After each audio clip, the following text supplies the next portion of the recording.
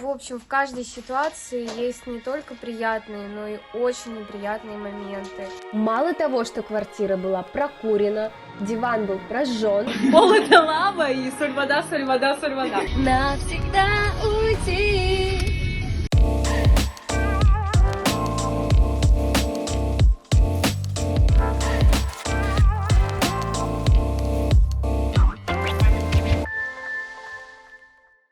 Всем привет! Давайте сразу обозначим правила игры.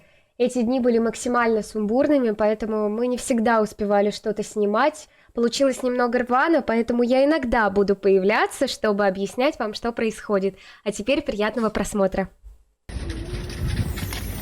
Зайчик устал. Еще, наверное, да, одна сумочка? Мы в баньке! Мы в баньке загрузились в каршеринг и начинаем рубрику «Огромные минусы Москвы, о которых ты забываешь, когда надолго отсюда уезжаешь». Первое. Это жесточайшая грязь и слякоть. Невозможно ходить, вся обувь просто нафиг убивается. Потому что надо было в зиму Это ехать. просто ад. Вообще разницы никакой ни в одном другом городе, кроме вот, крупных мегаполисов, да, где выпадает снег, такого не происходит. Это просто жесть. Это явный минус. Второй явный минус. Все какие-то грустные. Не знаю, мне все улыбались и говорили, типа, ой, какая у вас собачка, девушка, вам помочь? Мне все улыбались. Ну, короче, грязь. Дальше посмотрим. Раздел номер 2. Дворники на автомобиле всегда плохо работают, потому что подмерзают и невозможно нормально протирать стекла. Но я думаю, что это близкая тема для всех северных регионов. Огромный плюс, что Руди счастлив в снегу больше, чем во всяком там тепле, жаре. Так, тема номер 3. Реально, когда живешь в Москве, этого не замечаешь, но когда в нее возвращаешься, замечаешь. Очень много машин, пробок и большие расстояния. Четвертая тема. Очень рано темнеет. Ничего подобного. В Сочи темнеет намного позже. Как раз ты дома сидишь. Ладно, Толя меня попросил говорить о плюсах, а он будет о минусах, но я тоже скажу. Людей неприятных в Москве больше, чем в Сочи. Это не Толика касается. Вообще не очевидный, но реальный факт. За все время поездок в Сочи я почти ни разу не слышал, что кто-то кому-то сигналит. Зато там постоянно нарушают. Ну и здесь также. Но здесь постоянно кто-то кому-то сигналит. Это дичь. Мы очень быстро заселились в квартиру, и Толя 2 дня подряд таскал сумки. Да, нам помогали, но вы бы видели как. Мы надеялись, что не произойдет того, что вы сейчас увидите, но даже всеми нашими мольбами и просьбами это произошло. В общем, в каждой ситуации есть не только приятные, но и очень неприятные моменты. Начнем с того, что мы приехали в квартиру, за которую заплатили достаточно большое количество денег, потому что мы смогли снять только посуточное жилье, поскольку на месяц квартиру никто не сдаст, обычно только на долгосрок, поэтому мы смотрели исключительно посуточные, но из-за того, что Новый год, это получилось очень дорого. Вот. А вторая неприятная новость. Толя больше всего переживал за мониторы, и все-таки так получилось, что... Понятно, что больше всего за комп. Ну, с ним вроде как все хорошо, сейчас проверим. Но самый большой монитор, я следил за ними всеми, за все. Я клацнул, сейчас вам покажу, как это выглядит, но я думаю, что все, ему конец. Блин. Честно говоря, расстройству нет предела. Я даже удивлена, что сейчас, честно говоря, Толя держит себя в руках, потому что я привыкла, что если Толю что-то очень расстраивает, то все летит в разные стороны. А сейчас он вроде пока держится, но, видимо, позднее будет этот эффект. Руди ощущает, что что-то не так, лежит, прячется, наблюдает за нами. Ну вот наш... мониторчик второй вроде в порядке, сейчас будем проверять, а вот этот сейчас Толя покажет. Вот откуда-то типа 2 удара, раз, два, ну и уже сейчас видно, что вот он поплыл. Но я не представляю вообще, откуда это могло произойти. Жесть. О, пока Толя ставит экраны, я решила поставить то, за что я обычно ответственна, камеру. И понимаю, что нет штатива. Мы подумали, что оставили их внизу, в подъезде, потому что мы их загрузили с поезда в машину точно. Но в подъезде их не оказалось. И потом, слава богу, Толя вспомнил, что забыл их в машине в каршеринге. Каршеринг пока еще никто не забрал. Сейчас вот иду за ними.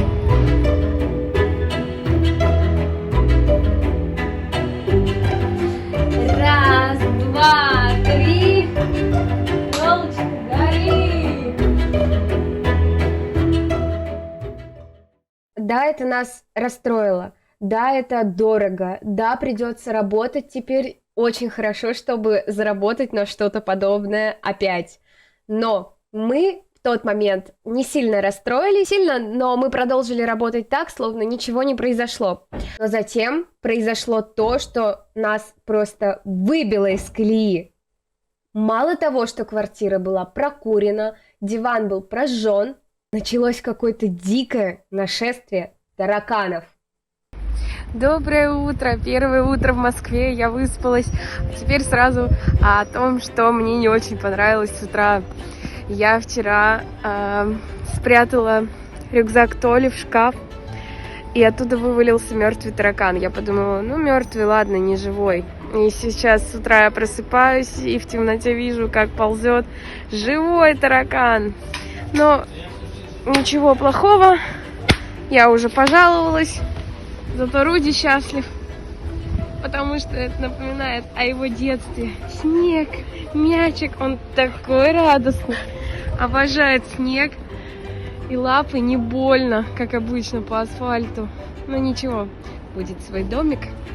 Будем бегать вообще по травке, да? Первый день репетиции мы ничего не снимали, но Руди хорошо передаст наше состояние.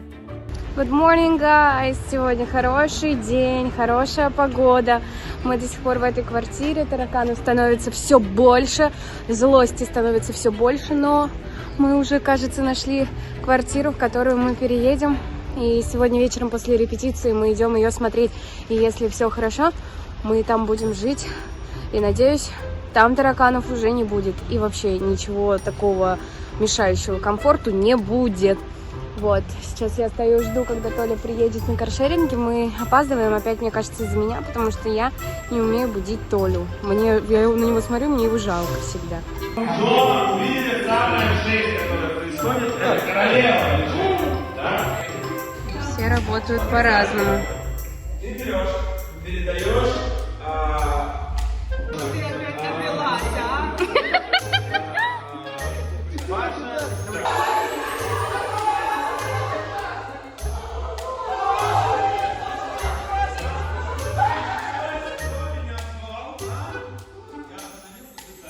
Пришли домой, нашли квартиру, посмотрели квартиру, она нам понравилась. Надеюсь, завтра мы уже переедем.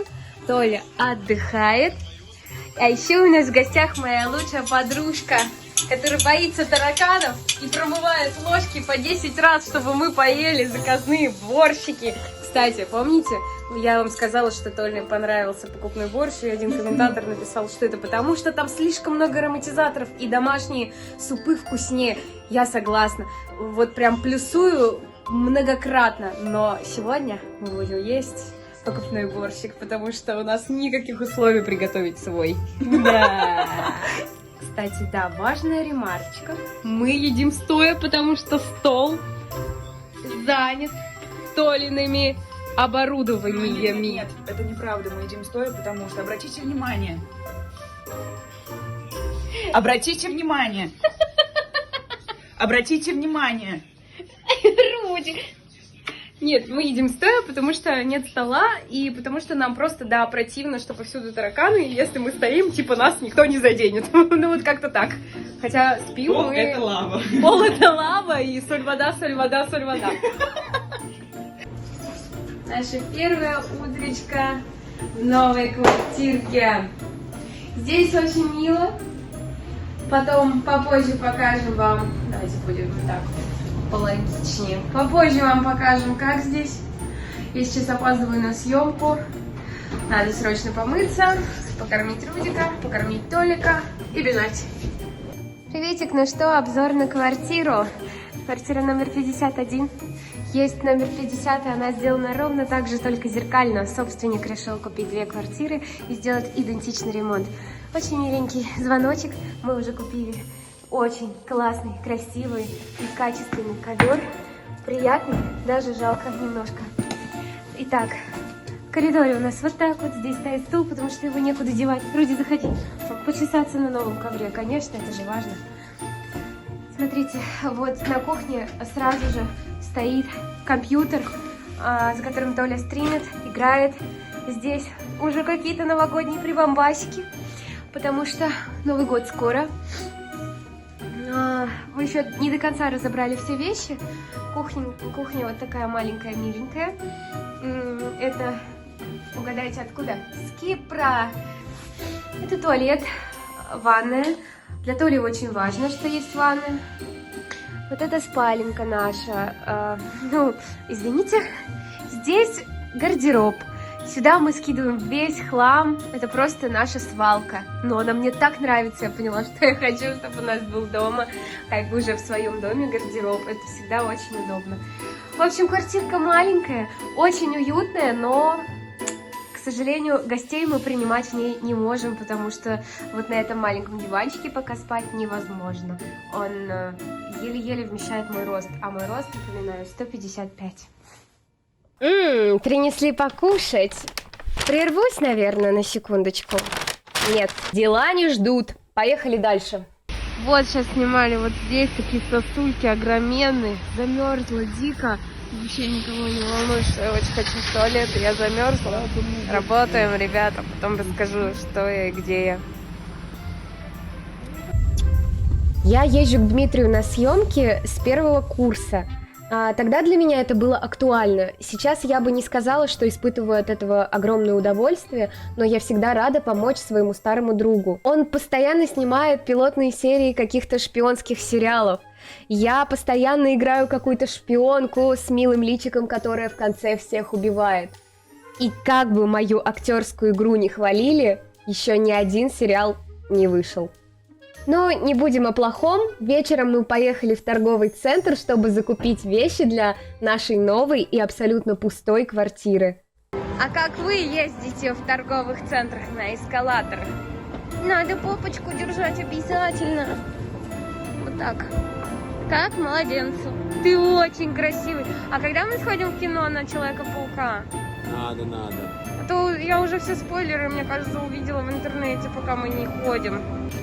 Мы столько всего накупили для новой квартиры. Но путешествовать по магазинам и вообще, в принципе, ходить где-то с собакой очень неудобно. Во-первых, в торговых центрах нельзя водить собак на поводке, только поводыря.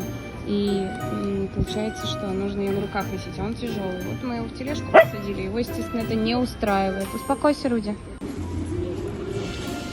На одеяле и на подушках у нас собака ездит.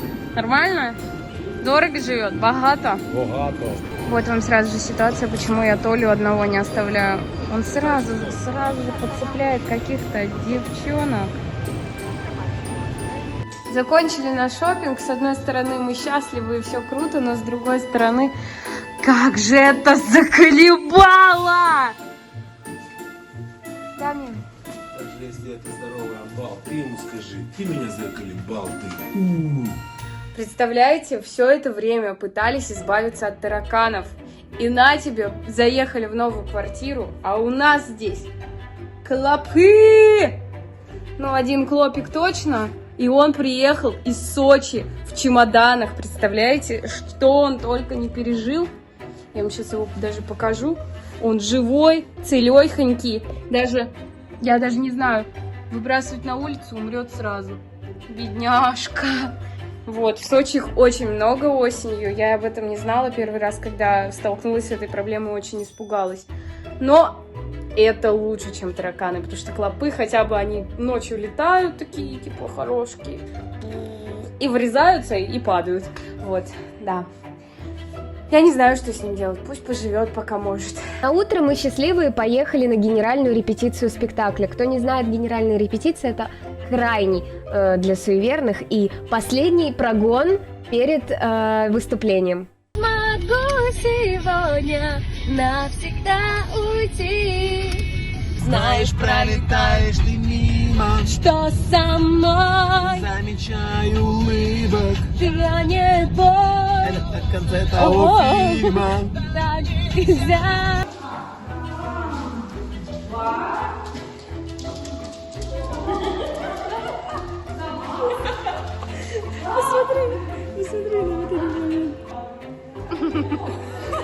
Стандартный его взгляд. Но закончилось все не очень круто. Верьте, не верьте, но ситуация просто наиглупейшая. Мы с Рудиком столкнулись лбами, и он разбил мне веко. Подожди, обработать Нет, сначала. нет, И мне нужен Как мы решили эту ситуацию, мы расскажем вам в следующем влоге, который выйдет также примерно через пару дней. Не забывайте ставить лайки, подписываться на канал, для нас это очень важно. Также у меня к вам очень серьезный вопрос. Скажите, как лучше для вас, влоги с пояснениями или с историями Толи, кто их не читал еще на Gypsy Team, может смотреть с визуализацией, с картинками, или же влоги более такие лайв? Напишите, пожалуйста, комментарий с вашим драгоценным мнением. Мы хотим к нему действительно прислушаться и сделать так, как больше нравится вам. See you later. Bye.